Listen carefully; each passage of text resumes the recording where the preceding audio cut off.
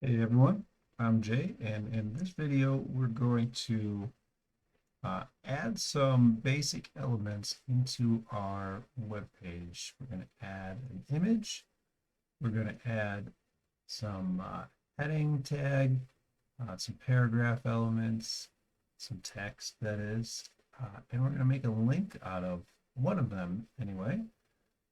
And then we're going to style some of that content using inline styles, and we'll talk about what attributes are. Let's get started. All right, so the content that I am going to add, here's my page. It's a blank page. It's got nothing in it yet, just the bare essentials there, right? With no actual content. Here is the page. And the content I'm going to add is I'm going to grab from the archives. I'm going to get just the beginning portion of the Declaration of Independence. I'm going to copy that text, come into the body here, and paste that directly in here. So I got the text, and I'll save this. All right, I didn't get any HTML elements, just the bare text, right? Which is totally fine. Let's have a look at what that looks like in our browser. There it is, all just a wall of text because we have no structure to this text. We have no HTML elements, no structure. So let's go in and add that structure, right? This first element, this is kind of a heading for the rest of it, right? So we're going to make it a heading. I would not say that this particular heading is a page heading, more of a section heading. So it's going to be an H2, my autocomplete there. It's going to be an H2, not an H1. It's not the heading for the entire page, just this section. Of course, we're only going to have one section, but I'm still going to make it a section header.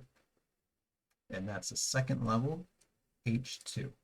So generally speaking, slightly smaller in font size, but more importantly, semantically speaking, and for things like the Google bots to crawl your website, when it sees an H1 and an H2, they know that one of those is more important than the other one. The H1, you should probably just have one on your entire page, the header for the page itself. And then an H2 would be the header for one of any number of sections in that page. So this is a section in the page. I'm going to make it an H2. Let's save that. Let's take a quick look. Every time I make some level of changes, I want to take a quick look at the page. Now we're starting to build a little bit of structure. We have this H2. Right? H2s are block level elements. That means that they fill up 100% of the available width of their space, and they make a hard line feed, a hard carriage return at the end. And so you can't have two block level elements next to each other. They're gonna make that whole block, okay? So that's an H2. These other ones, these are just paragraphs. Okay? So that's P for paragraph. Put my start and my end. I have autocomplete in my text editor. So in the end, I write the little less than sign, hit the slash, and it's going to put that for me. Your text editor may or may not do that. Now we're starting to get a little bit of structure, right? So we have this structure of just our text, and what I want to do is actually make this first part of the text, just like our original source material, this first part of the text was a little bit different, right? It was bold. I'm going to actually make ours bold and italic, right? And I'm going to do this with an inline style. Before I can make that inline style, what an inline style is I'm going to style something right in line with the element itself. So before I can make an inline style, I need to make a place for that style.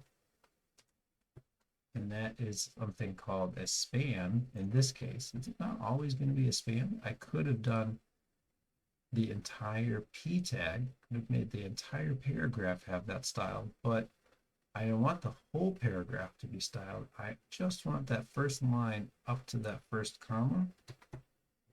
Right? And so if you just want the span of a piece of text, span is the element you're looking for. Span is an inline element, and you can put that inside of other elements, and it will just, it's an invisible element. Let's have a save and see what that looks like. I'm not going to change anything, right? It's invisible. It has no additional size, no additional parameters of any kind. It only has whatever you give it additionally. So let's give it something. All right, let's give this span a style, an inline style, and we're going to do this by writing an attribute. All right. Oops. Style equals, and then we use double quotes. This is our attribute. So if you're familiar with XML, and which HTML5 is written as valid XML, we have an element, and that element can have attributes, and those attributes are written inside the element tag, inside its starting tag, as name of the attribute equals, and we have double quotes wrapped around whatever this value is. The reason we have to have quotes is because there could be spaces in there. And if there's a space, that's kind of going to break it apart. So we need to wrap quotes around it to make sure that we get that whole thing. And there's going to be spaces inside of our style. So in this style, I said I was going to make it bold, and I was going to make it italicized. So the properties for bold are font weight, and that's bold, right? And then make sure we're writing this correctly. So style equals, we have our double quotes, font weight. Generally speaking, in CSS, if something is two words, they are separated by a dash or a hyphen. Font weight. Then we have our colon. All right, so this is the property, and this is the value. Font weight, colon, bold. It's a keyworded value, bold. Okay, let's see if my IntelliSense can come up. Yes. Here are some options that we can set for font weight. I'm using Sublime Text. Sublime Text knows HTML and CSS, so it does show me some of the standard options. Bold is probably the most common used font weight. That's why it's the first one. And then these are all written, I guess these are written in popularity. So bold is the one that I'm going to choose. And then don't forget to put a semicolon at the end of your property, right? Your property value pair. If you forget to put the semicolon, if you just have one thing, it's going to work. But I want to add a second one. I want to make this italicized, and that is going to be called font style. Add my colon, space. Now my font style, I'm going to choose italic. So I'm going to give this a save. Yes, I'm using the free version. And there we go. Now I have bold and italicized that first bit of text just up to that first comma. All right. And so we've done this once. The easy way is to copy and paste this. Easy way to get two of them. Copy and paste this down to the second one. Do not forget the ending. Copy and paste that ending here of our element, of our span element to here. Don't forget the ending. If you start an element and you forget to close it in the correct place, what's going to happen is you're going to get some unexpected results in your live HTML. Right? HTML is strongly formed. You're going to have to open and close things in the right place. So something that I should not do is have this paragraph tag, with a span inside of it. And if I wanted to span all of it, what I can't then do is put the span on the outside of the other paragraph tag. This is malformed, right? This is not correct at all. I have the paragraph tag on the outside at the beginning, but the span tag on the outside at the end, that is very wrong. It may, on occasion, if you do something wrong, it may still look correct in your browser. So you have to be very careful. Even though it looks correct in your browser, what might happen is you may be using JavaScript in the future, and you may be accessing elements based on a parent-child relationship. And if they were built incorrectly, that parent-child relationship is broken, that JavaScript is not going to be able to find the elements, or if the JavaScript is not, it doesn't have human eyes like you and I do, can't look at the page and say, that's the one I want, right? It has to read the code. And if you don't write it exactly correct, it's not going to work. Other times, if you don't write it exactly correct, it's not going to look right either. Sometimes it will look right. You might get, I don't really want to call it lucky, because if it's wrong and it looks right, it's still wrong. And it may be wrong on other devices that you haven't checked either. You want to check these pages on multiple devices. So we copied and pasted that. We did put it in the correct place. It's a very important. Right? So we have our span. And there it is. And the beginning and the end. That's about all I want to do to these paragraphs. But I want to take this H2 and I actually want to make that a link to the original content. Right? So I'm going to add a link element, and a link is an A tag, and that is A for anchor. And they're called anchors. It's the old name of it. I don't actually remember why, but they do anchor the text, so we can add a lot more information there than we are going to today. We will revisit this. But for now, we've made this, basically I've turned this into a link. If I refresh my page, it's going to look like, it's not going to look like a link just yet, I guess. That's up to, we haven't styled it to look like a link. We haven't done anything with it yet. But in a more complex website, we'll have styling for links, and this will be enough to get the styling. We haven't told it where to go yet. All right, so where that link is going to go, again, another attribute. This one is called href. H-reference, this is where the URL is going to point to, and we have a bajillion options of what we can put in here, because we can make this point to literally any file on the internet, as long as we know the address of that file and we write it in here. We can make this link to literally anywhere on the internet, even places that are barred by security and firewalls. We can still link to them. Whether or not that link works and you can get there accurately, that's another story, but we can link to them, right? We can link to anything on the internet. We can link to somebody's Bitcoin wallet or whatever, or we can link to, in our purposes, we're going to link to the original page where we got our text. And where we get that is we just copy this URL right here and then paste it in this href. And we'll talk about what this does. It is the full URL, so we're starting with https://. Right? Then we have the domain, archives.gov. They also do want that www and archives.gov. I don't think it's going to work for that website without the www. Right? And then we start with the actual location. So we have /founding docs, that's the directory name, /declaration transcript, that is the file location. If this link were to be going to our own website, we would not necessarily have to include this beginning portion that tells it which website to go to, right?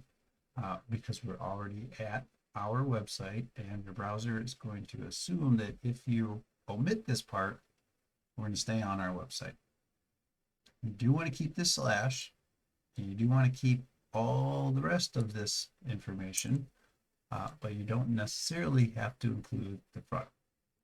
If you're using content management system, generally they keep the whole URL for everything anyway. Also, you might notice that it does not end in index.html or any other actual file name. That's okay. Just like we have for ours is called index.html. If your file name is whatever your server has set for one of the default file names, and index.html is one of them, you don't have to put that in as well. Whenever it gets to that directory location, your browser or your server actually is going to serve up that default file. Some servers have multiple default files, and they have a prioritized list, and whichever one it finds, that's the one it serves up. And then you can have other files in there as well. The default one will get served up when no specific file is specified. And then all the other files, if you want to see them, of course, you have to write the exact file. We're just going to use this as our href for our link. Don't forget to have the end of the link at the end of that. And then let's save this, test it out. Come to our page, refresh. Now it looks like a link. It looks like I've been there already. Of course I have. If I click this, it's going to go to this page. See it load up. But it loaded over top of my old page, and I have to hit the back button to get back. So standard procedure for many, many years, and it may be changing, but the standard procedure would be that if you had a link that went to some other website, you want that link to open in a new tab. If the link stayed on your website, you could stay in the same tab. Right? That was the procedure for many, many years. That procedure is kind of changing for mobile websites because it is a bit inconvenient to give people multiple tabs on their phones, but it's still being used. And the way we do that is we set the target attribute. Oops. And that target, we have some options here. Let me see if my IntelliSense is going to pop some up. This is not the targets. This is something else that my IntelliSense picked up. My target is blank. Oh, and I have a, there we go. All right, so if you set the target to blank, it's going to be a new blank tab. And now, if I save, come back to my page, refresh, click this link, keep an eye on this tab up here. If I click this link, I open the new tab, and I still have the old tab. Back over here. Right. So that is how we're going to do our links, right? Off-page links versus on-page link. This is a basic link structure. Next, I want to add an image into this page, and the exact image that I want to add is this image right here. Came from this page right down here.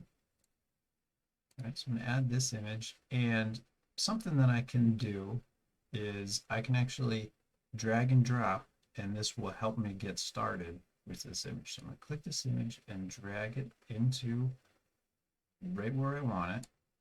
And when I drag and drop, what I'm going to get is the file location. Now, of course, that's not enough to give me the image because this is not an HTML element, but I do need this, very important. And I didn't want to write all that. So I just drag and drop. I could have copied and pasted from the URL bar of my browser, but I'm going to do this as well. And so we need to make this into an image element. That is going to be an img, not omg, img, short for image. And the attribute that we need to set as this URL is not href like a link. This is going to be src, which stands for source. Right? This is the source of the image. Right? And images, they're a little bit different than other elements we've made so far. All the other elements that we've made so far have contained something inside of them, whether that something is text or another element. For example, these paragraphs, they have both text and another element inside there. The span, that's an element, and it's inside the paragraph. Images can't have anything else inside of them. They have a source, that's what the image is. You can't put anything else inside of it. So the image tag, image element, this is a self-closing tag. We put this slash at the end and then we close it. It's self-closing. Strictly speaking, this is enough to make it work. Put that image in, we refresh our page, and there it is. There's that image. It doesn't exist on my computer. We told it where the location is. The location is on somebody else's website. Actually, for image purposes, doesn't matter where it exists on the internet. You can type that source in, and no matter where it is, your browser will say, oh, that's where the image is. Let's go get it. We'll go get that image and put it into your page. There are some limitations. For example, if somebody else is hosting this image and I'm using it, they may not like that, especially if I am a popular website and now I'm hitting their server, grabbing that image a lot. You could crash somebody else's server, which is a big no-no. Additionally, if I'm using somebody else's image on their server, they might change the image or delete the image. Better to delete the image, but they could change the image. If they knew somebody else was using it, they could change it, and you never know what they change it to, and it will be displayed on your website. So not a great idea to use somebody else's image. Another thing, they could have some additional security if they were using a content delivery network like Cloudflare or any others. It's very simple for them to turn on hotlink blocking, which blocks other people from directly linking your images, and then the image just isn't going to work. So we don't want to do this too much. I'm grabbing an image from archives.gov, right? I could possibly make the argument that I pay my taxes and I kind of own access to that image anyway. It's a government website. They don't mind if I use it a few times today. Nobody else is going to visit my website. I'm not even going to publish it and make it popular, right? So I'm totally fine for hotlinking this image, but do be careful if you're ever hotlinking, which I don't recommend you do. If we wanted to link this image of our own images, what we would do is we would just save that image to our computer, download it, right? Put it in, make sure you put it in the right directory inside your web directory. Right? So you have your home directory, make an image directory, put all your images in there. That's very, very common. And then what I would do is I'd have https://mywebsite.com/image/name of the image. Or if I had multiple folders and images, if I had a very complex website, maybe the image would go in some other folder, but I would have the exact file location of that. And then when you upload your file, don't forget to upload the new image that you included as well. We also want to make sure that we're processing our images in the correct way to be stored online. You want to make your images be the smallest file size possible while still retaining however much resolution that you need to display that image properly. So on ours, we did not choose the size of this image at all. Right? It was given to us I'm going to do an inspection. The size of the image is 630 pixels wide by 748 pixels high. Not a very big image. If I check on the network here, we can refresh my page, and this image is 127 kilobytes, so not terribly big, pretty small. That's processed correctly. I would say the only wrong thing about this image is it's a JPEG, and you can see, maybe you can see this color around the edge of it because JPEGs are not transparent. We do get that color around the edge. I may have made this a transparent PNG if I was doing it, or given it some sort of a border so that you could see that. But we do want to make sure these are processed. You don't want really large files slowing down your website.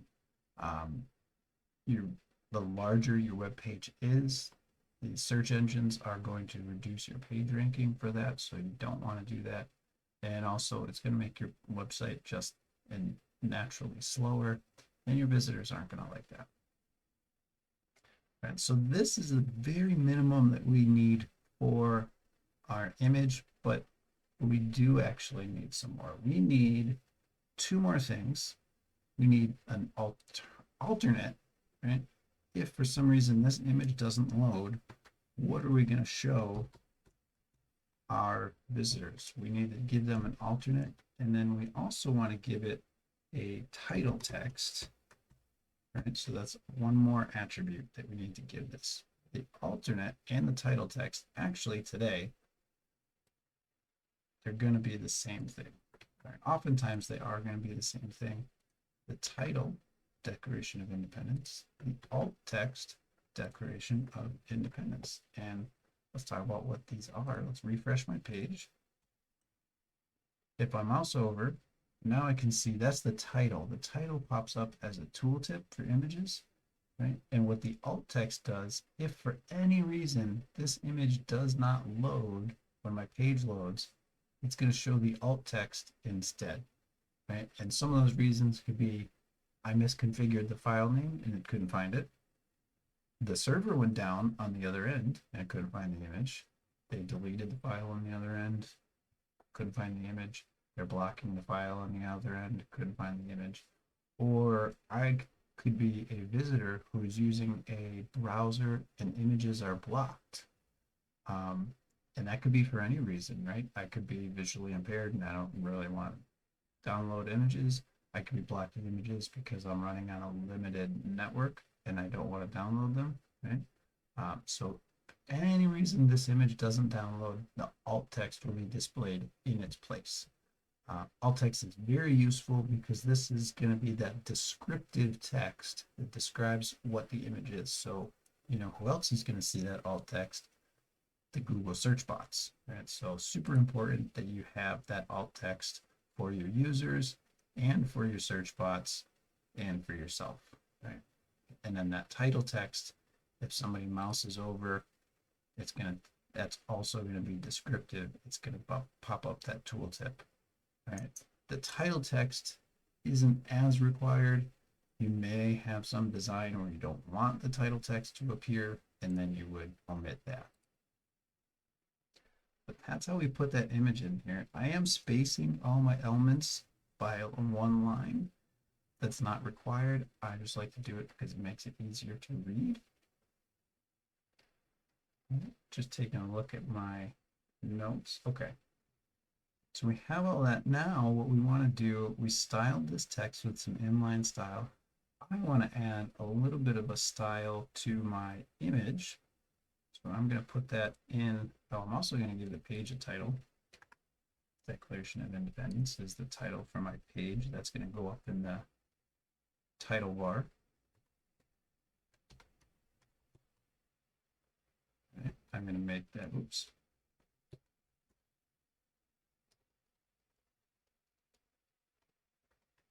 I'm going to make that style.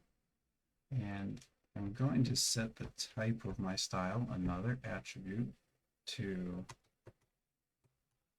text/CSS. This is just going to help my browser to know what type of style it is. It's not going to break anything if I forget it, but it is going to help if I keep it in there. So styling, I want to style my image. As we can see in here, my image takes up a lot of room, and then there's my text at the bottom. So I'm going to push my image off to one side and let the text wrap around it. And the way I'm going to do that, let's start my style. I'm going to create my CSS selector. Okay, remember this is the syntax. I have img, that's the element that I am selecting, and I'm going to write the style for all the images on the page, which are just the one, but if I had more, they would also get the same style.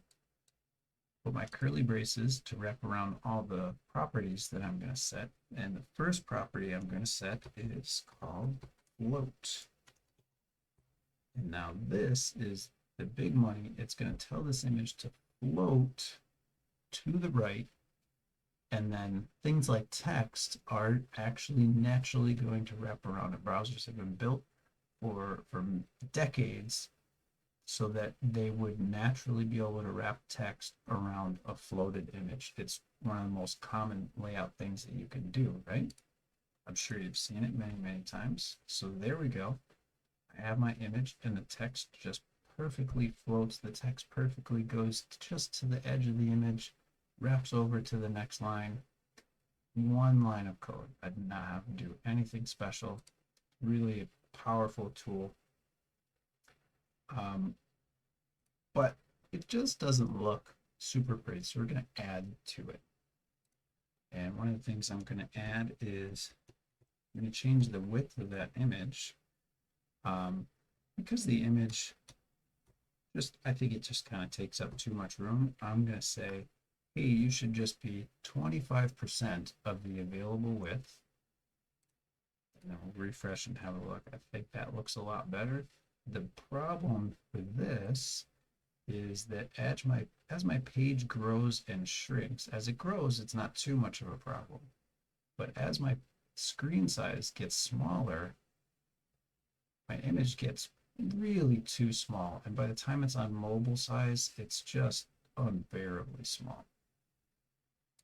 Okay, so I'm not going to change my 25% width, but what I'm going to do is I also have the ability to set a minimum and a maximum width.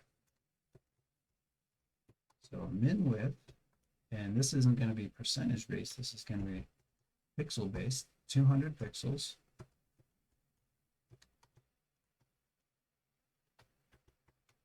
And 400 pixels max. So the way this works is width is 25%. That's the first thing.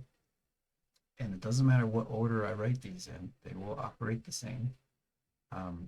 25% width, and that 25% width is going to fluctuate, but it's going to stop at the maximum and stop at the minimum.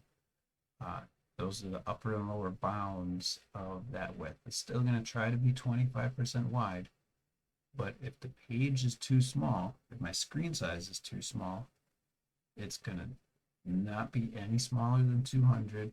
And if my screen size is really big, it won't be any bigger than 400. So let's refresh this, and I'll grow my screen size there. Right about there, you can see that it stopped growing.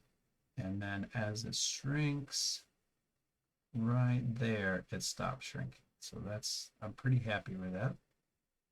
Between 400 and 200 pixels. I like that. Also notice that while my image is floated, because I typed it below the H2 element, visually it is below that H2 element. And if I inspect this H2, it's a block level element. It goes all the way across. And if I have a look at this image, right, it is below that block level element, and so is the paragraph. If you look at the paragraphs, they actually are also block level, but they know how to operate with that floated image. Right? The H2, the image doesn't float next to the H2, and that's because the image comes after the H2. If I were to take all this code, move it up above the H2, and then refresh my page, now that image is in line with that H2. It's actually in line with the H2, but there's some margin there that is pushing things down a little bit as well. So margins, that's a built-in margin for H2. You didn't set it. H2s naturally have that margin built in. It's something to be aware of. But I want my image to be below the heading and in line with the text there. Okay, so I have it floated and I have the size. I'm going to add a background color to my page, and the background color I'm going to choose is actually going to be the same color from the edge of this image to make it all blend into one thing. The way I'm going to do that, I like to build in Firefox, and Firefox has inside the developer tools, yours might not be in the toolbar, you have to go into your menu and find it. But inside there is eyedropper, and what it does is it makes this little eyedrop thing, and you can zoom in and you can figure out any color from this page. And the reason your browser knows all the colors is because your browser built this page. Of course it knows all the colors, right? So I'm going to go all the way to the edge, grab this color. I do see that there is some minor fluctuations here. So we may have some results. Once I click, I grab that color and it's copied to my clipboard. So I'll be able to paste it. So now I'm going to do a background color for the body element. Remember, the body is the entire page. Background color and paste. There's my color. Save. And there we go. I think if we look really closely, we can kind of see a little bit of something, but not much to notice there. Looking good, right?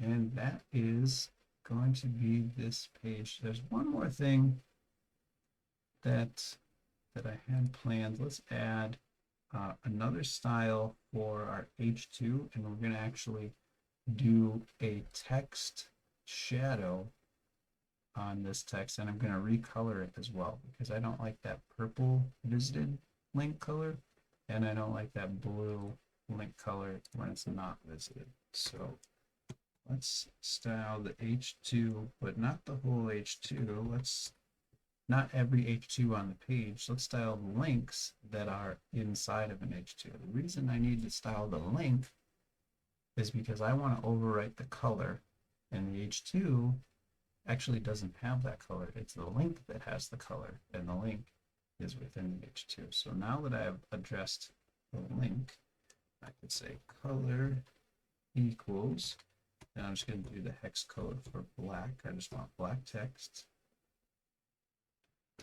Let's see what that looks like. I don't think it's going to work. Okay, it did. Good. The reason I didn't think it was going to work because links actually have some pseudo classes to them. Links can be a regular link, they can be a visited link, which mine is, or they can be a link that is hovered. Strictly speaking, every element can be hovered, but links are the most popularly hovered element on purpose anyway. But this color is working good as is, so that's good. And now I'm going to add a shadow to this text. I'm going to call it text shadow. If I wanted to add a shadow to the image, for example, that's called box shadow. Text is text shadow. Other elements are box shadow. The reason that's different is because the text shadow is going to follow the outline of the text itself, and box shadow is going to be a square shadow. So text shadow I am going to do just a light white colored shadow. So the first value is X. X movement. Generally shadows, uh, you pretend you have a light source to one side and the shadow goes to the other side. But this I'm just going to do it like a highlight. So I'm going to have a 0 pixel in the X motion and in the Y motion as well. And then the third value is how blurry that shadow gets. I'm going to do 1 pixel blurry. We'll adjust it if we need to. And then the fourth value, we need to tell it what color to be. So we can make a white shadow, black text with a white shadow. Hopefully it should be easy to read. I don't know if you can see that.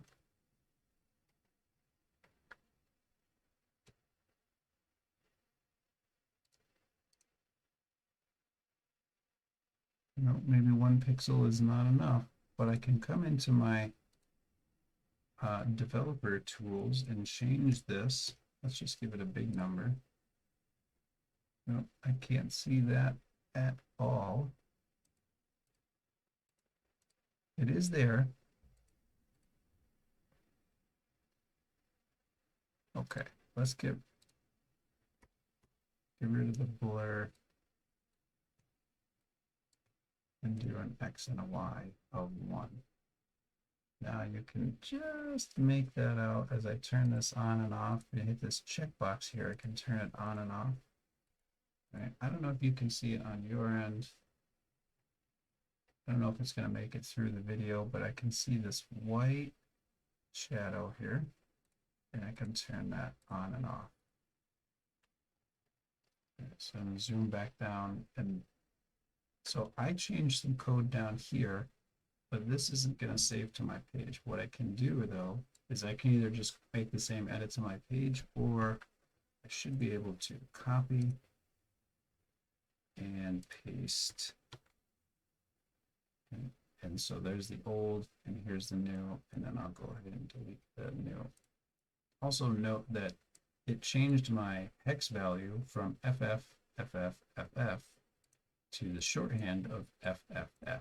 If you use a hex value and the 2 digits for the red, the 2 digits for the green, and the 2 digits for the blue, if they're the same, 2, 2, and 2, they don't have to be all the same. It could be FF, EE, DD. It can be shortened to FED if they are the same.